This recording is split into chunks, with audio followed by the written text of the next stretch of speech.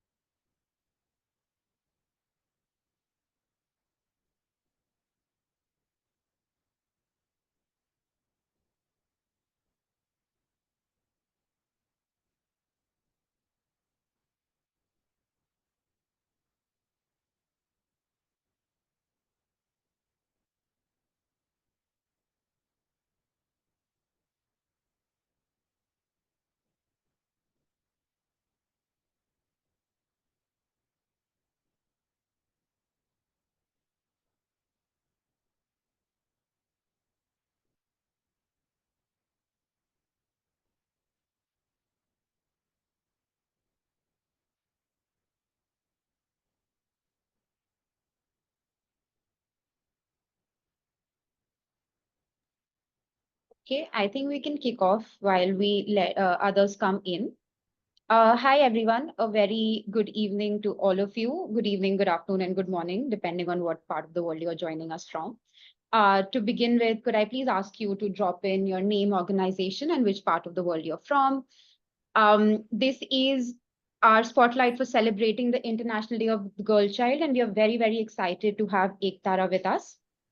A very brief introduction to what we are going to be doing today. We are going to introduce GSF quickly, and then Manjusmita from Ektara is going to ask us to engage in an activity, post which she will walk us through the journey of Ektara through the eyes of one of their students, post which we will have a Q&A, and then a wrap up and a quick poll at the end. For those of you who do not know GSF or are joining from outside, I would like to introduce you to GSF. GSF is a catalytic community of non-state organizations, an innovation accelerator and a partnership builder working to systemically improve education for the underserved children in low and middle income countries. Since our establishment in 2017, our community has reached over 142 organizations spanning 64 countries. These organizations include standalone schools, school networks, and education support organizations. Education support organizations are organizations that are providing core support services to schools, such as academic services, capacity building, financial services, and more. The standalone schools and school networks and our ECE centers directly reach 1.2 million children, while the education support organization impact 101 million children through the schools they support. Without further ado, I would like to begin our session, and I would like to introduce Manjusmita and hand over to her. Manjusmita Bagchi is the Director of Programs and Fundraising in Ektara. With a master's in archaeology from the UK, Manjusmita came back to Kolkata with an aim to work in the education sector at the grassroots level.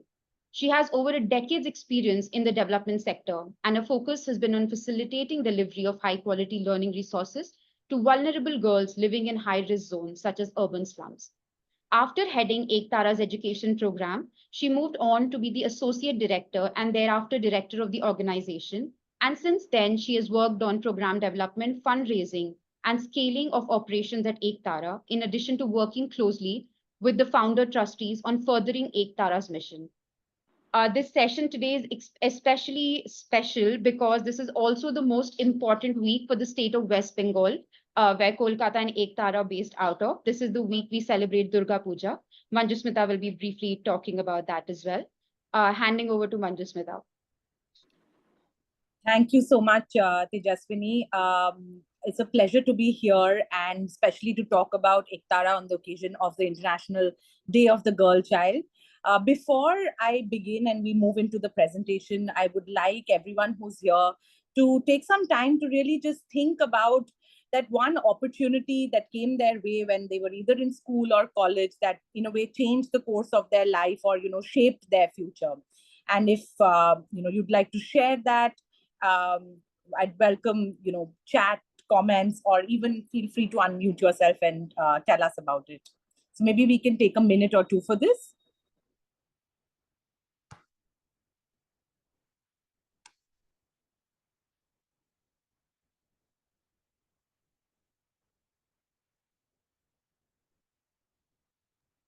Please feel free to drop your answers in the chat or unmute yourself and give an answer to the question. I dropped the question in the chat as well.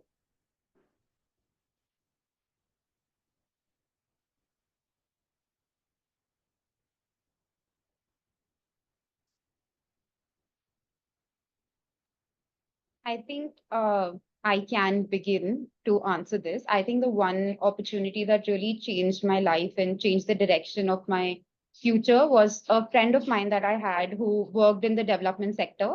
She was working with the Energy Resources Institute. And at that time, in India specifically, we have a journey where we are mostly just encouraged to become engineers or doctors. And she was the first person who showed me that there's a life outside. So I think that introduction absolutely changed the entire course of my future and the job that I'm now doing. Great.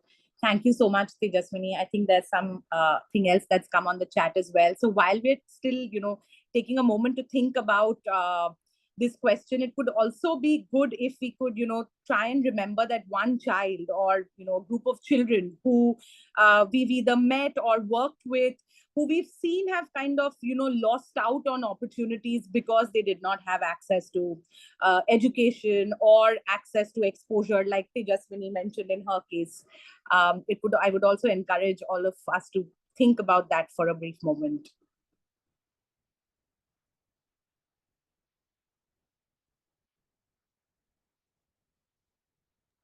I think Kavita talks about having access to great liberal arts education, opened her mind to things that she didn't even think were possible. I think, again, coming back to our so much of focus on like sciences and just doctors in India. I'm just going to begin your presentation, Manjusmita. I think we can start. Yes, thank you so much.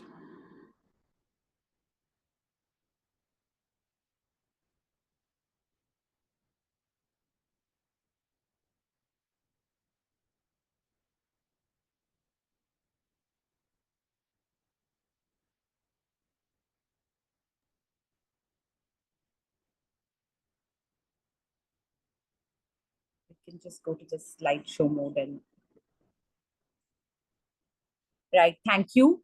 So at Ektara, the very basis of our existence is to enable girls, especially girls who come from disadvantaged backgrounds, to have access to quality education and challenge the status quo and really use their abilities to explore the infinite possibilities that are there, not just for their own personal growth and development, but also in how it can change the lives of their families and communities. Our tagline is her ability, endless possibilities. And this truly celebrates the fact that, every child has the potential to make endless possibilities come true for herself. And on this occasion of the International Day of the Girl Child, once again, thank you so much, GSF, for, having us to talk about our work. If you could move to the next slide, please. So before I begin and tell you more about what Ektara does, a brief introduction on our city. So Ektara is based in Kolkata. Kolkata is one of the largest cities in India and is located in the eastern part of India. Historically, it's been a very important city and has served as the capital of India under the British rule. It has always drawn people from all parts of the country, even outside the country, to come here and seek opportunities for better economic prospects. It has therefore always had a vibrant cosmopolitan culture, and it continues to thrive to this day. It is also known to be the cultural hub of India, and it's one of the most important metropolitan cities, like I mentioned. Even today, Kolkata gets a lot of people coming from neighboring states for better job prospects, and a lot of our work at Ektara is actually deeply connected with families and with girls coming from such families. Like Tejaswini mentioned, right now the city is in the middle of celebrating its biggest annual festival, which is called Durga Puja. It's a huge cultural festival that goes on for 5 days. Today is just day one. I mean, I think every single person should experience that at least once, because it's truly something that, you know, one will remember all their lives. Next slide, please. So, like with any other big city, there are, you know, many parts of the city, many parts of Kolkata that really thrive and are, you know, developing at a very fast pace.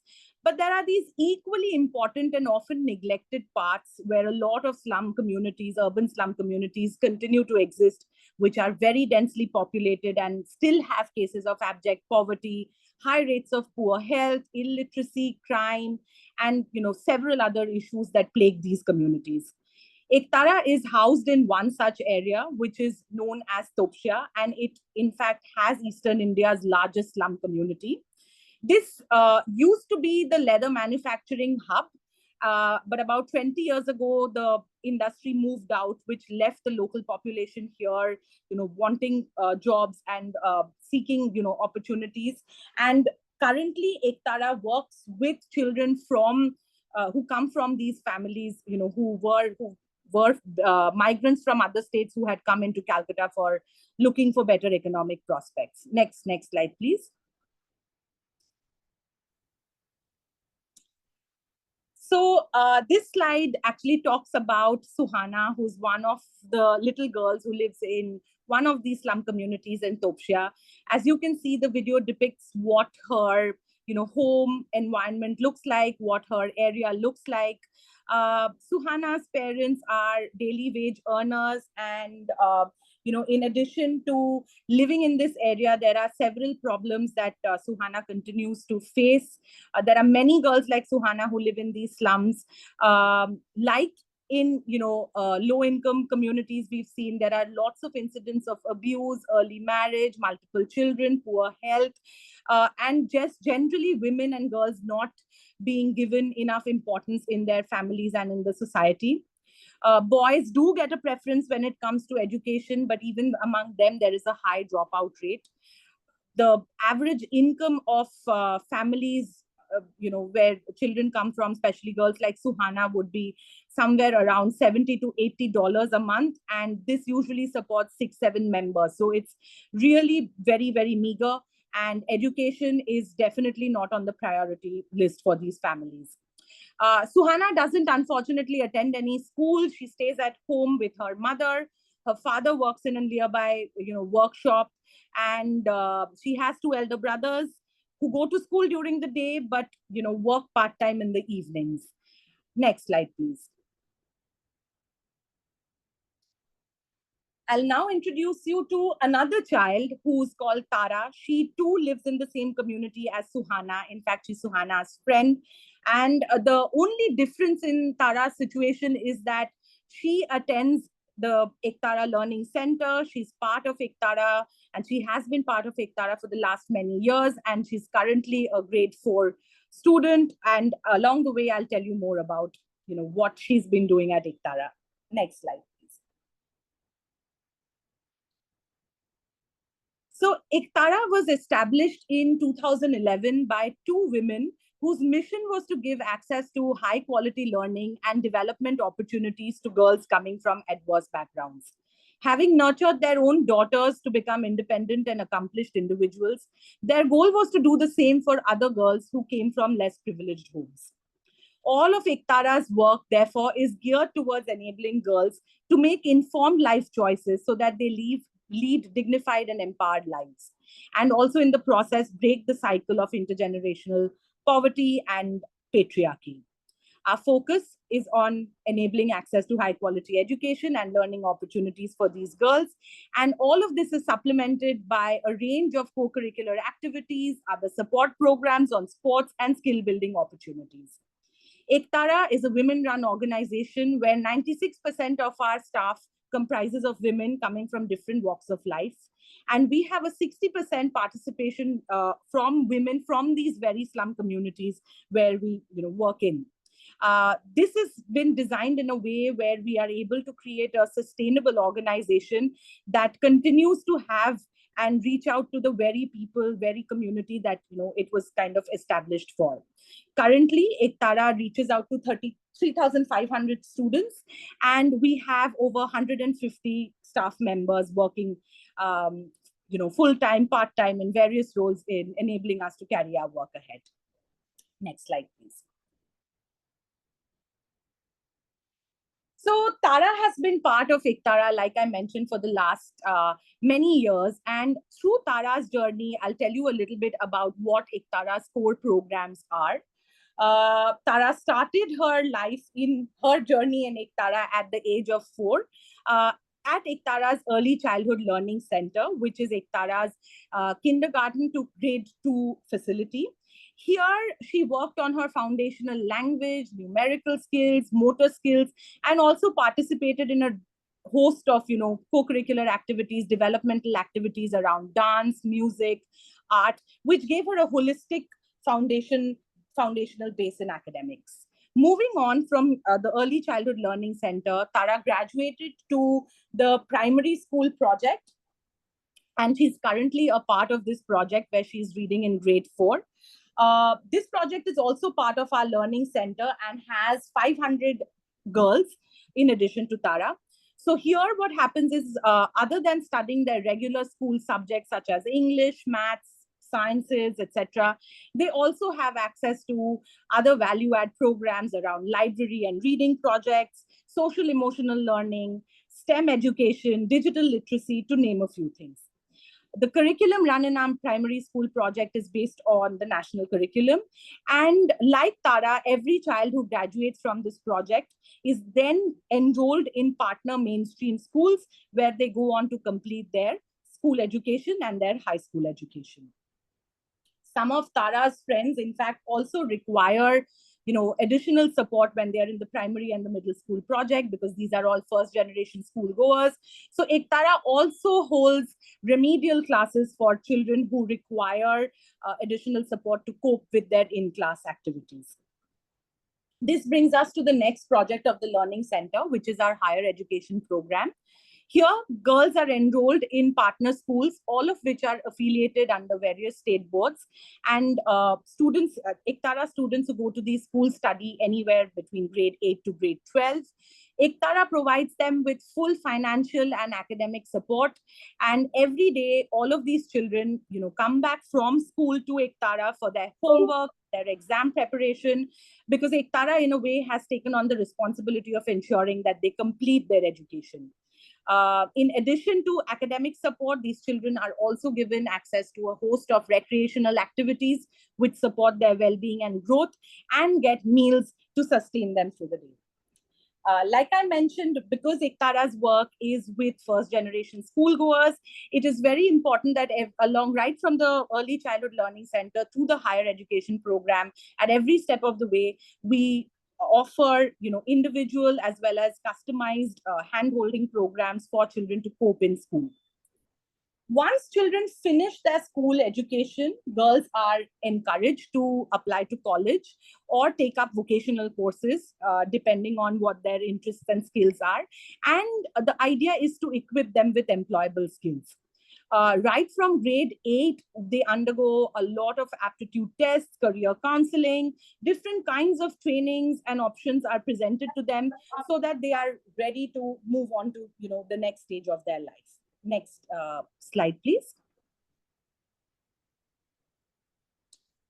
So while the 4 main projects of the Learning Center ensure that Tara has access to high quality education, all of these are supplemented by these additional support services that Ektara offers to Tara and girls like her.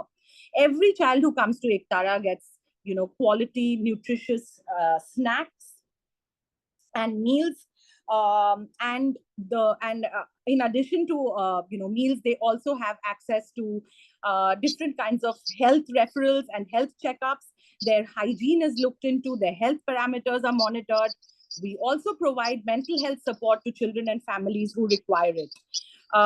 Learning is supplemented with classes on various 21st century skills such as STEM, social emotional learning, digital literacy, and various club activities are held to enhance communication skills, logical thinking, problem solving abilities, to name just a few.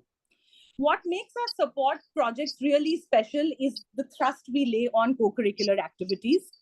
In 2022, with support from Tomorrowland, which is the largest electronic music and dance festival in the world, Ektara set up the second of its kind Tomorrowland Foundation Music and Art School in the world. The first one being in Nepal and the third one being in Brazil. So all the children who are part of Ektara are naturally also part of the Tomorrowland Foundation Music and Art School. And here these children have access to classes on art, music, theater, electronic music, photography, and a whole range of fine arts courses. As we've seen with many first generation schoolgoers, not everyone is academically inclined. So the activities that are offered in the music and art school encourage children to stay in school even if they don't find academics extremely engaging, and give us the opportunity to work with them to hone their interests and talents, and really help them pick up vocations that come that would help them become employable in the future. Next slide, please.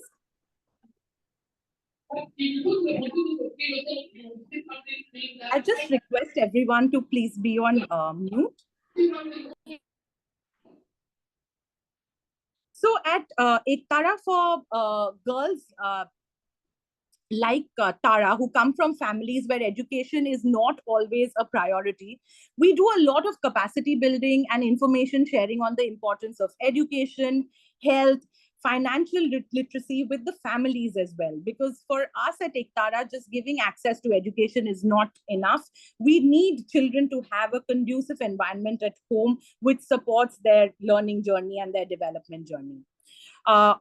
Therefore, our support is not limited to just the children. It extends to several critical stakeholders, of these children's lives, be it their immediate families, their local community heads, local civic administrators, school authorities, among others.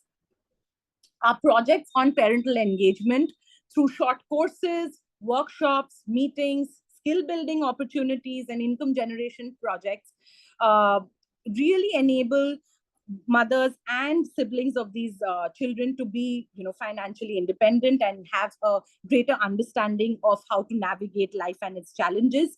All of these are offered through our community center programs. We also run a state-of-the-art industrial kitchen where trained mothers prepare meals and snacks for over 1,200 children and adults on a daily basis. In addition, the community center also runs different kinds of trainings on financial literacy, computer literacy, skill building opportunities for all of these women. An important part of the community center is our social enterprise called Creative Ektara Foundation, which provides livelihood opportunities for women. Our in-house brand of Ektara Creates enables women to create and sell lifestyle products through exhibitions, orders, and through social media. Therefore, all our work, whether it's in the learning center or the community center, is geared towards making Tara and girls like Tara educated and empowered individuals who have a supporting and a nurturing environment at home, but who also grow up to become, role models in some way for other children coming from similar backgrounds. And, in this process, break the cycle of poverty, patriarchy, and illiteracy. Next slide, please. Let us for a moment come back to what the situation would be for Tara if Ektara did not exist. She would either not be in school like her friend Suhana, who we met earlier in this presentation, or she would be enrolled in a local municipal corporation school, most of which are not in a very good condition, as you can see from this slide. With very few teachers, poor infrastructure, these schools often do not add value to a child's education. And because they are just till grade 4, after grade 4, for the few that do go to these schools, options of securing a complete school education is really, really limited. Next slide, please.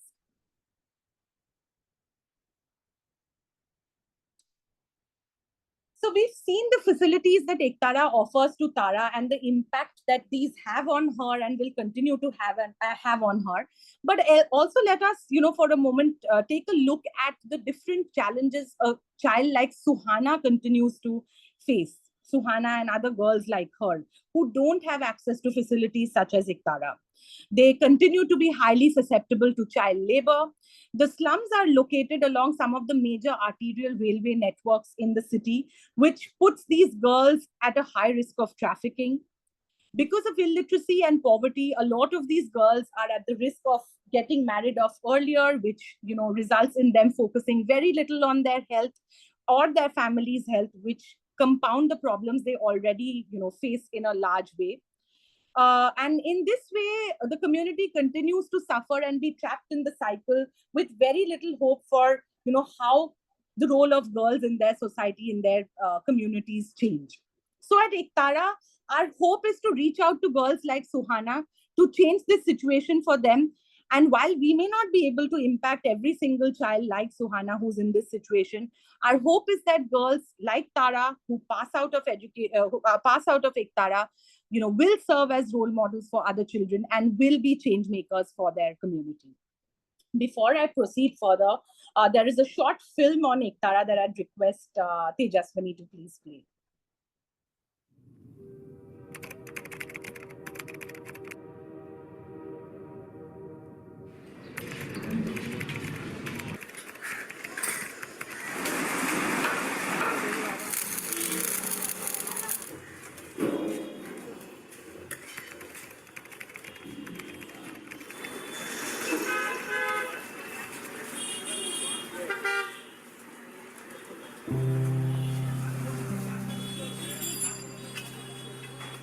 I love mornings.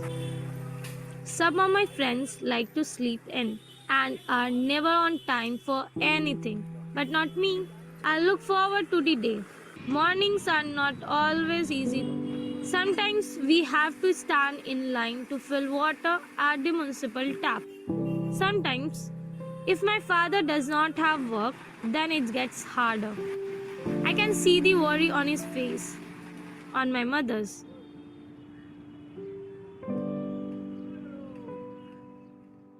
But I have a school to look forward to.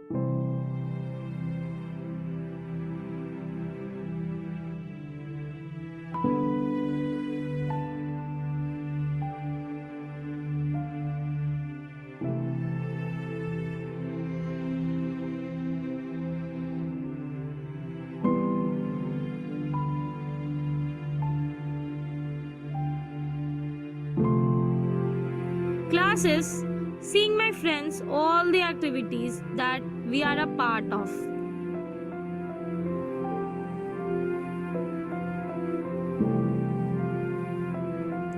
It's a busy day, drawing, writing, music, dance. Learning about new things every day.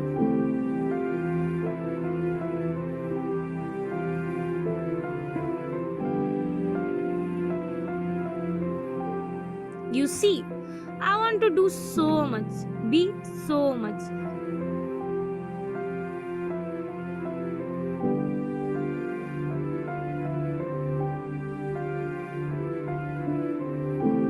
There is so much to discover, and my journey has already begun, and the opportunities are right in front of me.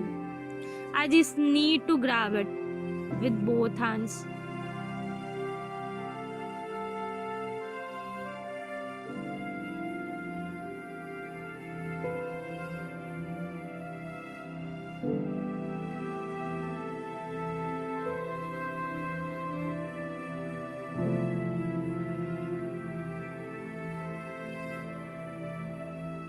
Sometimes I feel worried. These opportunities that I get, will other girls also be able to get them? Will they be able to stand on their own feet?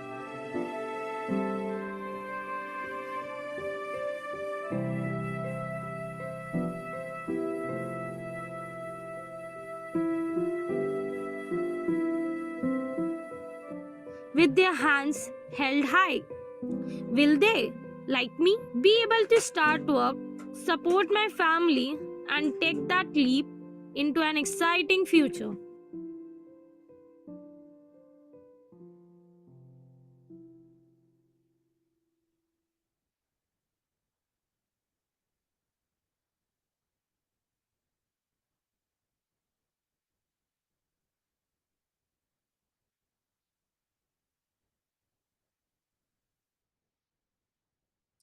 Thank you, Tejaswini, for playing that video. So, as you saw, both those girls, the young girl and the older girl that the young girl met at the end, her name is Mahinoor.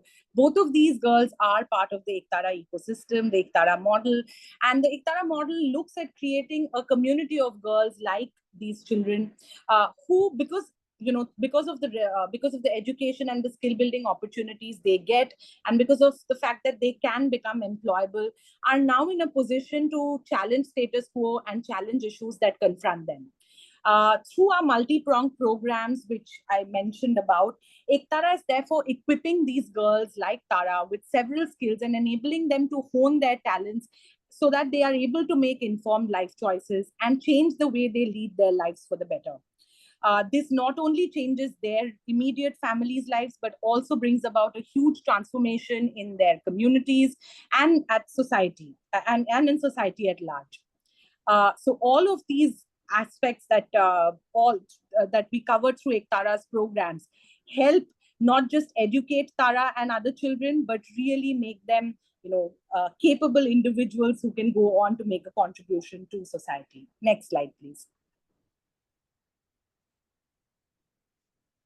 The Ektara model on overall development is deeply rooted in collaboration and partnerships. Whether it is our child centric work, parental engagement, or advocacy with government and civic stakeholders, we work with a range of partners for all of the above. We strongly believe that the change we are trying to bring about is possible only if all of us collaborate and get together, and nothing in isolation is going to work. Our association with Global Schools Forum, where we get to learn from other organizations and share about our work, is and exchange notes of being in a similar space, is one example of how we use and leverage partnerships to enhance our work. Next slide, please. Our hope for the future is that Tara, like I mentioned, will serve as a role model for many girls in the community. We already saw Mahinoor and how she has gone on to pass out of Ektara and has secured a job for herself, and also interns at Ektara during her break times. We have other girls like Rizwana who passed out of, who've been supported by Ektara and now is a library educator and leads one of our reading programs. Our in-house nurse is also a community mother. So really, there are endless examples of what these opportunities have done for different girls and women from the community. And we really look forward to creating more leaders, more community change makers like Tara and the other girls. Next slide, please. So while the Learning Center and Community Center have a very high touch model for girls and their families, Ektara also works with local government schools for various outreach projects through which it reaches out to additional children and a lot of girls naturally at that. These projects around foundational literacy, reading programs through libraries, STEM, mobile school, and the music and arts school go a long way in how education in public schools is also looked at and what Ektara is doing to add value to those. Our projects on strengthening early learning initiatives, or SELI as we call it, is looking at impacting girls at scale who are enrolled in government and budget private schools through these short-term but intense programs that we currently run in outside of our learning center and our community center. With that, we come to an end of the presentation. I look forward to questions, thoughts, suggestions, all of these. Thank you so much for giving us this opportunity. Thank you, Tejaswini.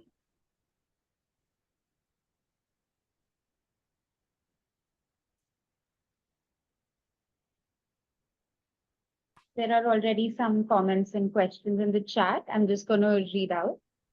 So Mr. Abdi says, in your strategies, what challenges did you find hard to overcome in promoting girl child education? Right. So in our initial years, we had to focus a lot on, field work and outreach within the communities, where we had to go talk to different families, talk to different people in the community, including, influential people in the community, so that we could really stress upon the fact that, educating girls is not really going to damage anything. If anything, it's going to improve the quality of life of the family. So in our initial years, there was a lot of apprehension and resistance to why people from outside were coming to do this work within the slums, because they were pretty satisfied with how the status quo was. But through intense conversations and dialogues with several people in the community, we've been able to overcome that. He also has another question. What role does the government play in girl child education promotion? And do you keep in touch with the education donor group to enhance girl child education in your area? So the government definitely has an active and a very important role uh, in girl child education, in education at large. So a lot of these municipal schools where we currently work, we found that the enrollments are almost 50-50, where 50% are boys and 50% are girls, which is a very promising sign. But unfortunately, students, even despite their enrollment, don't really attend schools. So through our work with the government, we really want to make these spaces more learner friendly, more child friendly, and introduce programs that really draw children to come in more regularly. So which is why we think the government definitely has a huge role to play, and how we look at supporting them. Tejaswini, the second part of the question was, sorry. Do you keep in touch with education donor groups to enhance girl child education in your area?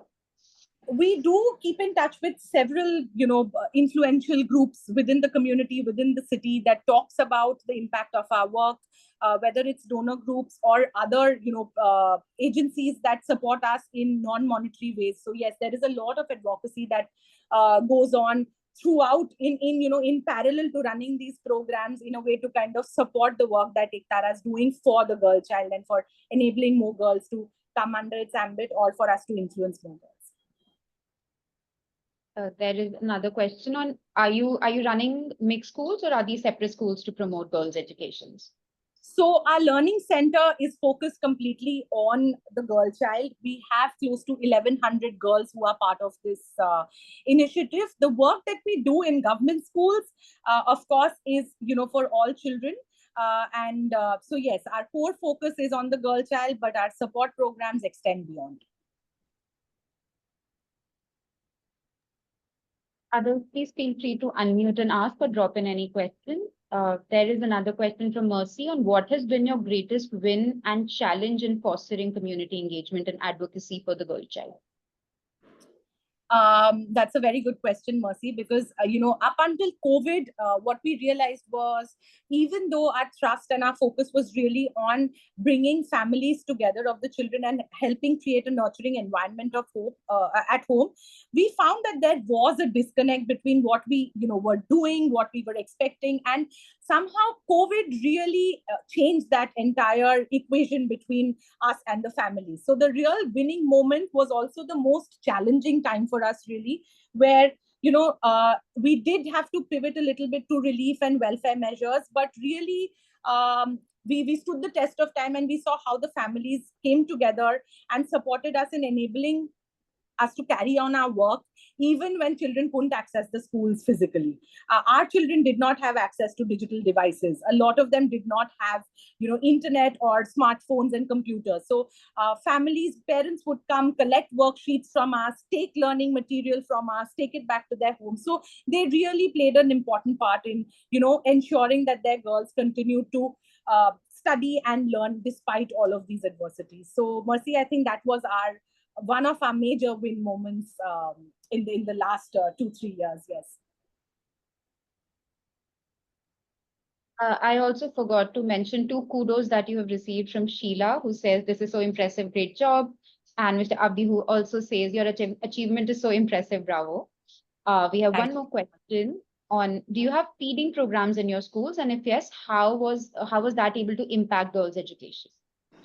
So we do have a meal program that we run in the school. For every child who spends less than 4 hours, we give a nutritious snack. And for any child who's spending more than 4 hours, which is usually the older children, they get a snack in addition to a hot lunch every single day. The reason why we decided to offer all of these support activities and not just operate as a conventional school was because we realized that unless we did these support programs and value add programs, the impact that we would have expected to see in the children would not really come through, and what the meal program has really done is it has improved attendance rates. It has also, we get a lot of parents who come to us and tell us that oftentimes this is that one meal in the day where their children get a substantial amount to eat. So this does play a very important role, not just for the nutrition level of the children, but also in how they are able to learn in school.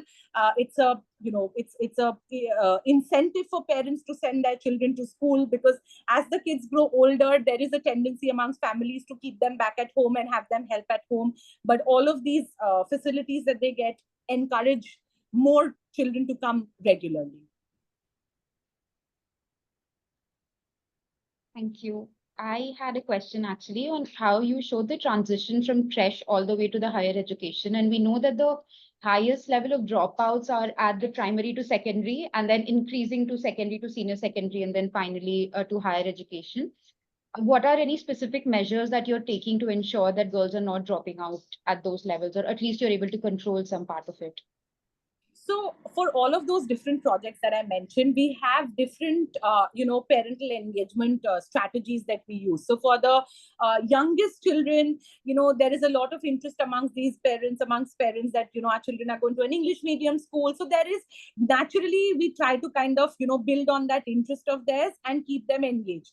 As they grow older, of course, parents find it more difficult to sustain that interest. And also, the pre-teens and the teens are the most difficult years.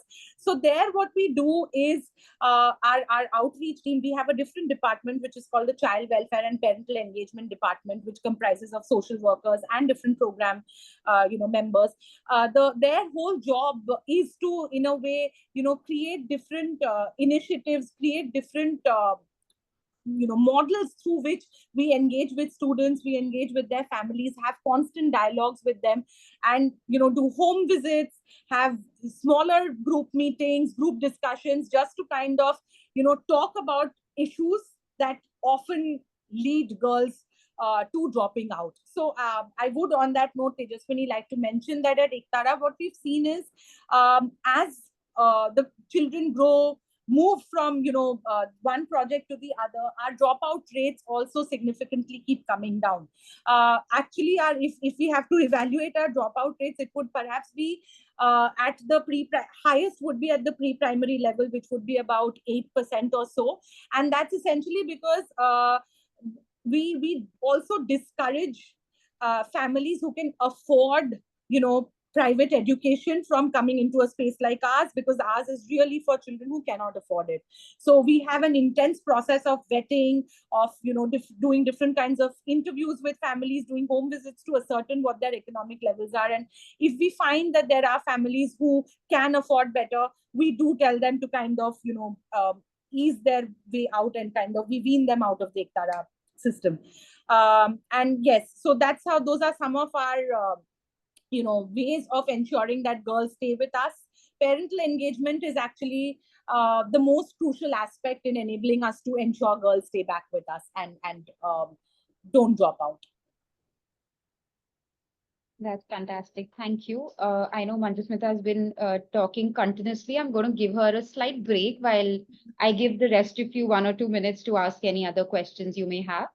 Please do continue to ask. Okay, we have one more. How can technology be leveraged to improve educational outcomes? So at Ektara, also we are trying to, this is a space which is new for us as well. We are also trying to see how technology can not just improve learning outcomes, but also help us become a more efficient and effective organization. Whether it is, using technology or tech tools to do evaluation of our programs to see which initiatives work better, which don't, or whether it is use of technology in the classrooms. We are constantly engaging with various partners, experts in the field to help us understand this.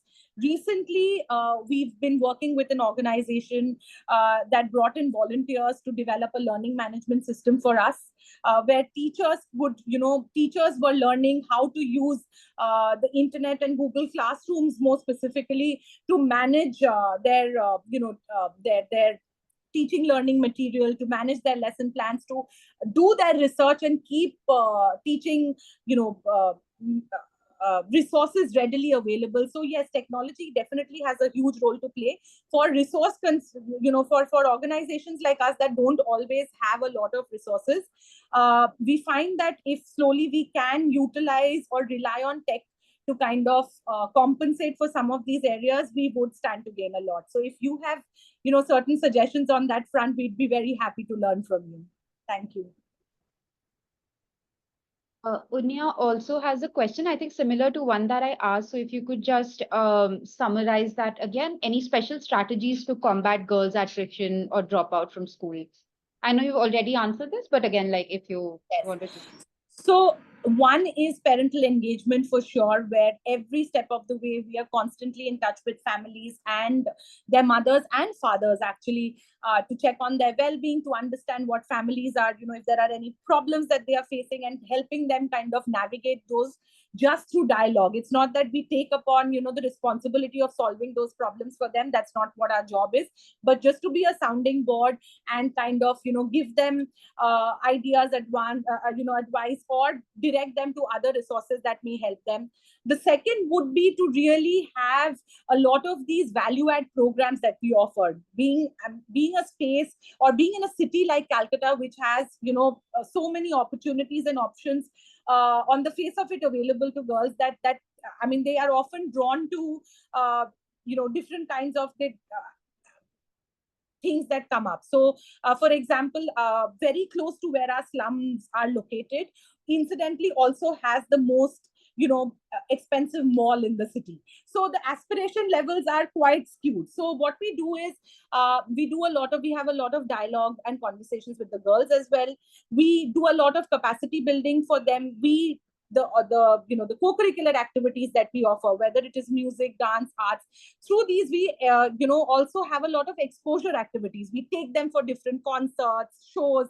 We have them go and perform in different spaces. So really that gives them that sense of confidence, and also that it in a way takes away from that false sense of aspiration of, okay, if I have an expensive phone, I have made it. But no, I can go and represent myself on a school stage and put up a performance. So that sense of confidence comes from these activities. So we find that exposure visits or exposure building activities play a huge role in how we can draw girls in and keep them absorbed and focus on what we think would be a game changer for them.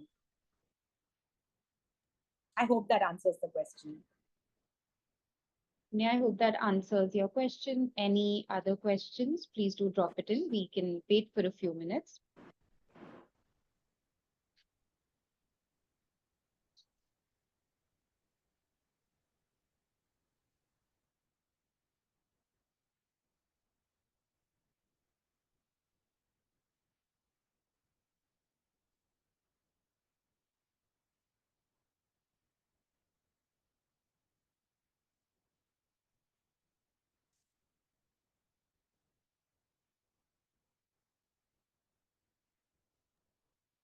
Okay. Thank you so much for engaging and for asking all of these questions. You can, of course, reach out. Mercy will just be dropping the coordinates in the chat. And you can, of course, reach out to Manjusmita at Ektara or me and Mercy for anything you want to know about GSF. I just again want to reiterate and thank Manjusmita, because I don't think people typically understand how big a deal this week is in India and specifically in West Bengal. So thank you so much for making the time. Happy Durga Puja to you and to everyone celebrating. If anybody has any questions, please do reach out. I'm just going to quickly launch a poll, and I would really appreciate if you could answer the questions before you drop out, and then we can close. Manjusmita, any closing comments? Thank you once again for really giving us, this opportunity and for us to come and talk about our work. I just want to tell everyone here that, this was an opportunity for us to showcase our work, but in no way do we have all the answers figured out. We are learning in the process. And, if any of you go back and think about different suggestions or ideas or certain things that, you are doing that's working very well in your context for education of the girl child, please do share it with us as well, because we really do think we can benefit immensely from those comments and ideas. Thank you.